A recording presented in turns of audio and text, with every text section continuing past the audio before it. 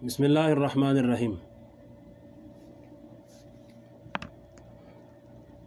میرے دوستو، یہ بیان چل رہا ہے دنیا سے دل نہ لگاؤ۔ فرمایا کہ ایک حدیث میں حضور اقدس صلی اللہ علیہ وسلم نے فرمایا کہ اگر اس دنیا کی حقیقت اللہ تبارک و تعالیٰ کے نزدیک مچھر کے ایک پر کے برابر بھی ہوتی تو کسی کافر کو دنیا سے پانی کا ایک گھونٹ بھی نہ دیا جاتا، لیکن تم دیکھ رہے ہو کہ دنیا کی دولت کافروں کو خوب مل رہی ہے اور وہ خوب مزے اڑا رہے ہیں، باوجود یہ کہ وہ لوگ اللہ تعالیٰ کی نافرمانیاں کر رہے ہیں، اللہ جل شانہ کے خلاف بغاوت کر رہے ہیں، مگر پھر بھی دنیا ان کو ملی ہوئی ہے، اس لیے کہ یہ دنیا اللہ تعالیٰ کے نزدیک بے حقیقت ہے۔ پوری دنیا کی حیثیت مچھر کے ایک پر کے برابر بھی نہیں ہے۔ اگر اس کی حیثیت مچھر کے پر کے برابر بھی ہوتی تو کافروں کو ایک گھونٹ پانی بھی نہ ملتا۔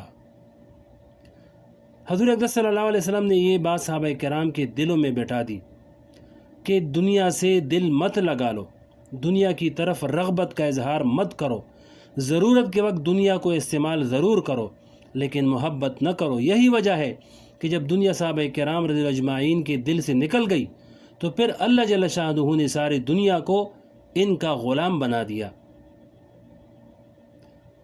کسریٰ ان کے قدموں میں آ کر ڈھیر ہوا، قیصر ان کے قدموں میں آ کر ڈھیر ہوا، اور انہوں نے ان کے مال و دولت کو کی طرف نظر اٹھا کر بھی نہیں دیکھی۔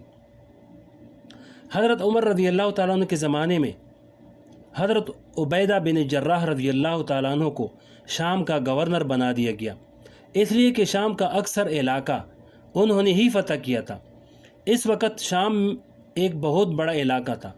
آج اس شام کے علاقے میں 4 ممالک ہیں، یعنی شام، اردن، فلسطین، لبنان، اور اس وقت یہ چاروں مل کر اسلامی ریاست کا ایک صوبہ تھا، اور حضرت عبیدہ رضی اللہ تعالیٰ عنہ اس کے گورنر تھے، اور شام کا صوبہ بڑا زرخیز تھا، مال و دولت کی ریل پیل تھی، اور روم کا پسندیدہ اور چہیتا علاقہ تھا۔ حضرت عمر رضی اللہ تعالیٰ عنہ مدینہ منورہ میں بیٹھ کر سارے عالم اسلام کی کمان کر رہے تھے۔ چنانچہ وہ ایک مرتبہ معائنہ کے لیے شام کے دورہ پر تشریف لائے۔ شام کے دورہ کے دوران ایک مرتبہ حضرت عمر رضی اللہ تعالیٰ عنہ نے فرمایا کہ اے ابو عبیدہ، میرا دل چاہتا ہے کہ میں اپنے بھائی کا گھر دیکھوں جہاں تم رہتے ہو۔ حضرت عمر رضی اللہ تعالیٰ عنہ کے ذہن میں یہ تھا کہ ابو عبیدہ رضی اللہ اتنے بڑے صوبے کے گورنر بن گئے ہیں اور یہاں مال و دولت کی ریل پیل ہے، اس لیے ان کا گھر دیکھنا چاہیے کہ انہوں نے کیا کچھ جمع کیا ہے۔ حضرت ابو عبیدہ رضی اللہ تعالیٰ نے جواب دیا کہ امیر المومنین، آپ میرے گھر کو دیکھ کر کیا کریں گے؟ اس لیے کہ جب آپ میرے گھر کو دیکھیں گے تو آنکھیں نچوڑنے کے سوا کچھ حاصل نہیں ہوگا۔ حضرت عمر فاروق رضی اللہ نے اصرار فرمایا کہ میں دیکھنا چاہتا ہوں۔ چنانچہ حضرت ابو عبیدہ رضی اللہ تعالیٰ عنہ امیر المومنین کو لے کر چلے۔ شہر کے اندر سے گزر رہے تھے، جاتے جاتے جب شہر کی آبادی ختم ہو گئی تو حضرت عمر رضی اللہ نے پوچھا کہ کہاں لے جا رہے ہو؟ حضرت ابو عبیدہ رضی اللہ نے جواب دیا کہ بس اب تو قریب ہے۔ چنانچہ پورا دمشق شہر جو دنیا کے مال و اسباب سے جگمگ کر رہا تھا گزر گیا، تو آخر میں لے جا کر کھجور کے پتوں سے بنا ہوا ایک جھونپڑا دکھایا اور فرمایا کہ امیر المومنین، میں اس میں رہتا ہوں۔ جب حضرت فاروق اعظم رضی اللہ تعالیٰ عنہ اندر داخل ہوئے تو چاروں طرف نظریں گھما کر دیکھا تو وہاں سوائے ایک مسلح کی کوئی چیز نظر نہیں آئی۔ حضرت فاروق اعظم رضی اللہ نے پوچھا کہ اے ابو عبیدہ، تم اس میں رہتے ہو؟ یہاں تو کوئی ساز و سامان، کوئی برتن، کوئی کھانے پینے اور سونے کا انتظام کچھ بھی نہیں ہے، تم یہاں کیسے رہتے ہو؟ انہوں نے جواب دیا کہ امیر المومنین، الحمدللہ میری ضرورت کے سارے سامان میسر ہیں۔ یہ مصلی ہے، اس پر نماز پڑھ لیتا ہوں اور رات کو اس پر سو جاتا ہوں، اور پھر اپنا ہاتھ اوپر چپر کی طرف بڑھایا اور وہاں سے ایک پیالہ نکالا جو نظر نہیں آ رہا تھا، اور وہ پیالہ نکال کر دکھایا کہ امیر المومنین برتن یہ ہے۔ حضرت فاروق اعظم رضی اللہ نے جب اس برتن کو دیکھا تو اس میں پانی بھرا ہوا تھا اور سوکھی روٹی کے ٹکڑے بھیگے ہوئے تھے، اور پھر حضرت ابو عبیدہ رضی اللہ نے فرمایا کہ امیر المومنین، میں دن رات تو حکومت کے سرکاری کام میں مصروف رہتا ہوں، کھانے وغیرہ کے انتظام کرنے کی فرصت نہیں ہوتی، ایک خاتون میرے لیے 2-3 دن کی روٹی ایک وقت میں پکا دیتی ہے، میں اس روٹی کو رکھ لیتا ہوں اور جب وہ سوکھ جاتی ہے تو میں اس کو پانی میں ڈبو دیتا ہوں اور رات کو سوتے وقت کھا لیتا ہوں۔ حضرت فاروق اعظم رضی اللہ تعالیٰ عنہ نے یہ حالت دیکھی تو آنکھوں میں آنسو آ گئے۔ حضرت ابو عبیدہ رضی اللہ عنہ نے فرمایا، امیر المومنین، میں تو آپ سے پہلے ہی کہہ رہا تھا کہ میرا مکان دیکھنے کے بعد آپ کو آنکھیں نچوڑنے کے سوا کچھ حاصل نہیں ہوگا۔ حضرت فاروق اعظم رضی اللہ عنہ نے فرمایا کہ اے ابو عبیدہ، اس دنیا کی ریل پیل نے ہم سب کو بدل دیا، مگر خدا کی قسم تم ویسے ہی ہو جیسے رسول اللہ صلی اللہ علیہ وسلم کے زمانے میں تھے۔ اس دنیا نے تم پر کوئی اثر نہیں ڈالا۔ حقیقت میں یہی لوگ اس کے مصداق ہیں کہ بازار سے گزرا ہوں، خریدار نہیں ہوں۔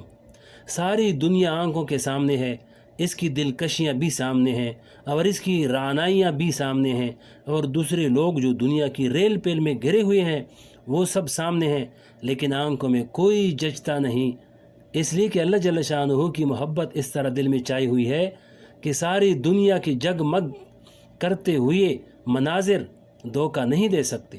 اللہ تعالیٰ کی محبت ہر وقت دل و دماغ پر مسلط اور طاری ہے۔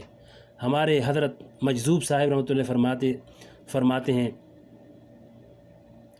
یعنی یہ صحابہ کرام تھے جن کے قدموں میں دنیا ذلیل ہو کر آئی لیکن دنیا کی محبت کو دل میں جگہ نہیں دی۔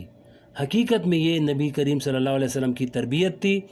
آپ نے بار بار صحابہ کرام کو دنیا کی حقیقت کی طرف متوجہ کیا اور بار بار دنیا کی بے ثباتی کی طرف اور آخرت کی ابدی اور دائمی نعمتوں اور عذابوں کی طرف متوجہ کیا جس سے قرآن و حدیث بھرے ہوئی ہیں۔ انسان ذرا سوچے تو صحیح، تو یہ دنیا کس وقت تک کی ہے؟ یعنی انسان ذرا سوچے کہ یہ دنیا کس وقت تک ہے؟ 1 دن کی، 2 دن کی، 3 دن کی، کسی کو پتہ ہے کہ کب تک اس دنیا میں رہوں گا؟ کیا اس کو یقین ہے کہ میں اگلے گھنٹے بالکل اگلے لمحے زندہ رہوں گا؟